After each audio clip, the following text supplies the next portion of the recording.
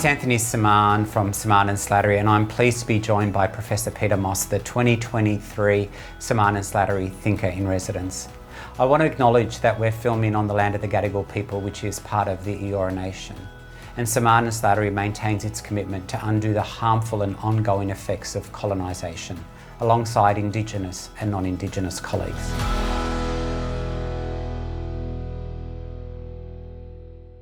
So Peter, one of the lovely gifts that you've given us in this residency is the language and the ideas around solidarity. I mean, we've always known solidarity is important, but you've really reminded us about it. So I'd like to just talk a bit about that. And specifically the role of the pedagogista within the project of Reggio Emilia and their culture of research that I heard or interpreted as building solidarity within the system. What might you share with us about that role and how it builds solidarity? Right. Well, I would start with a plug from about this new book by Stefania on the role of the pedagogist in Reggio Emilia, coming out very shortly.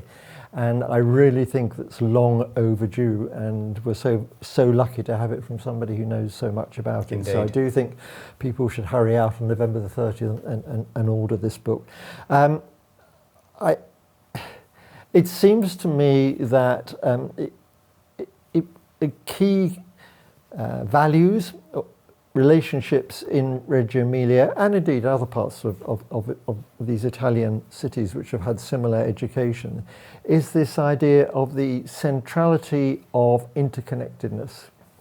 Interconnectedness being the way in which we live in the world and the way in which we are human, but also interconnectedness as a way of enabling us to do things which we can't do on our own.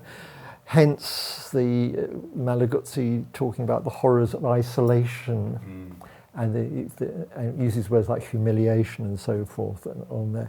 So the pedagogista's role is part of, as I see it, a much wider web of relationships which create a very strong system.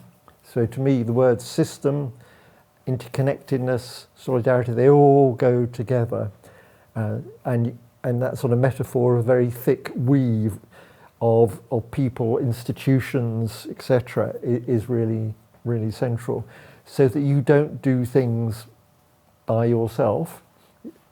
You're always in relationship with other people, and you expect and relish having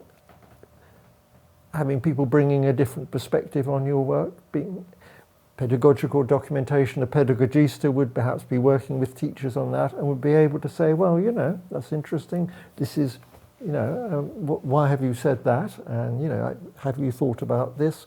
So it's a way of making this whole way of working more rigorous, because it's, I suppose at the back of our minds throughout is this problem of if we do away with all this inspection and assessment stuff, things will go to the dogs. And I think one of the things about Reggio Emilia is taking into account is this enormously dense weaving of people and institutions, and the emphasis on so things can't go to the dogs very easily because everybody is aware of what is, people are connected all the time. They know if something isn't working. They have ways then of trying to address it on there. So, and above all, I think it's the idea also solidarity that the community, the city, comes together to take responsibility, and that is a solidaristic form of living together. The city representing people, it takes on the responsibility, and it sees having a network of schools as being a really important way of actually furthering the lives of its young children. So lots of different levels solidarity is working through. And it's very challenging today because the neoliberal world is a world of the individual, the autonomous person who really doesn't need other people. In fact, that's a weakness. So it sounds, I love that idea of the networks, because it obviously can't be it can't be done by one person. It's an expectation built within the system. There was a beautiful doctoral work by a woman called, her name was Cafaro, from Bank Street College, who said this work is too important to do on our own. And then she's referring there to often early childhood educators working in classrooms alongside others but never feeling such isolation. And she says there's the contradiction. It's always done with people, yet we're isolated. Can you perhaps talk to the role of pedagogical research as a way of building that culture of solidarity?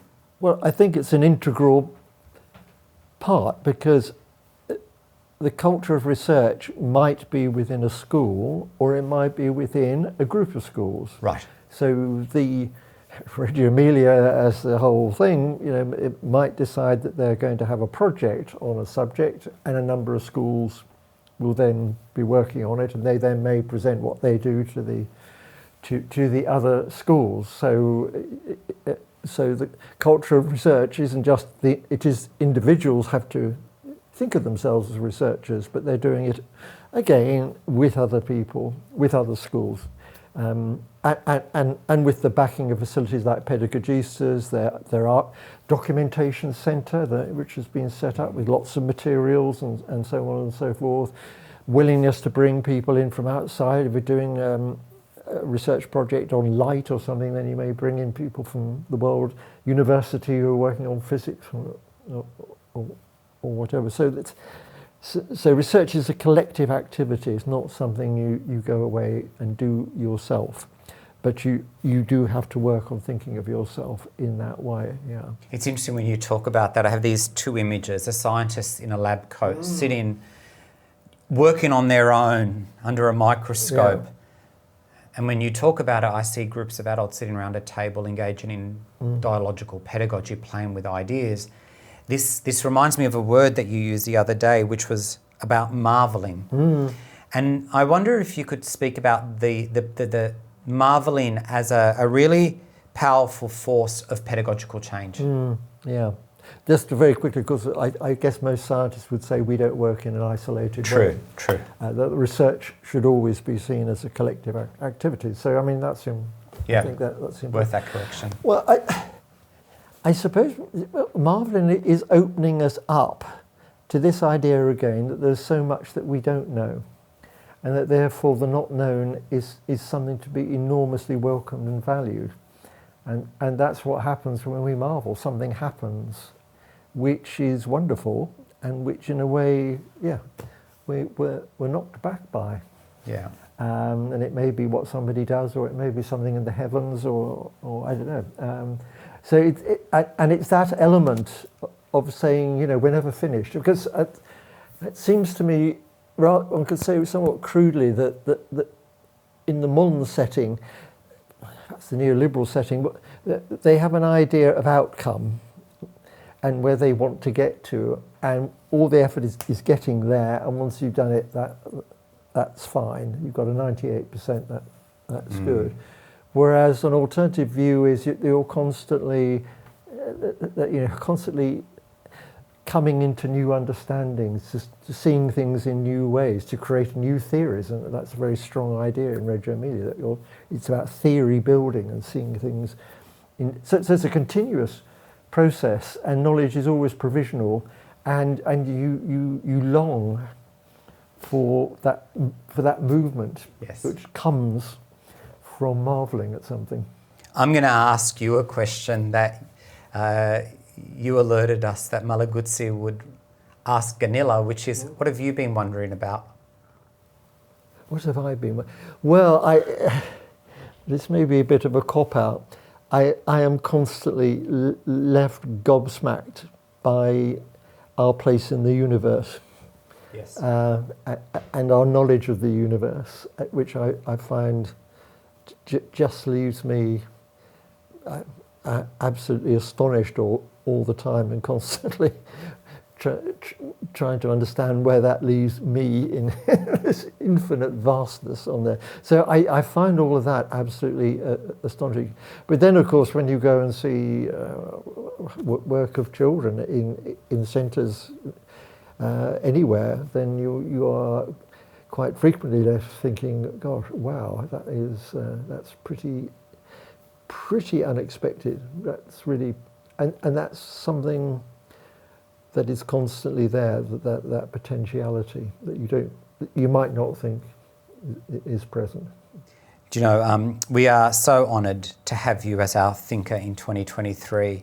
So on behalf of the Semann Slattery team, I hope you've enjoyed Australia so far, and particularly beautiful Gadigal country. So no, I've enjoyed every moment of it so far, and I expect to carry on doing so. Thank you so much, Peter. My pleasure.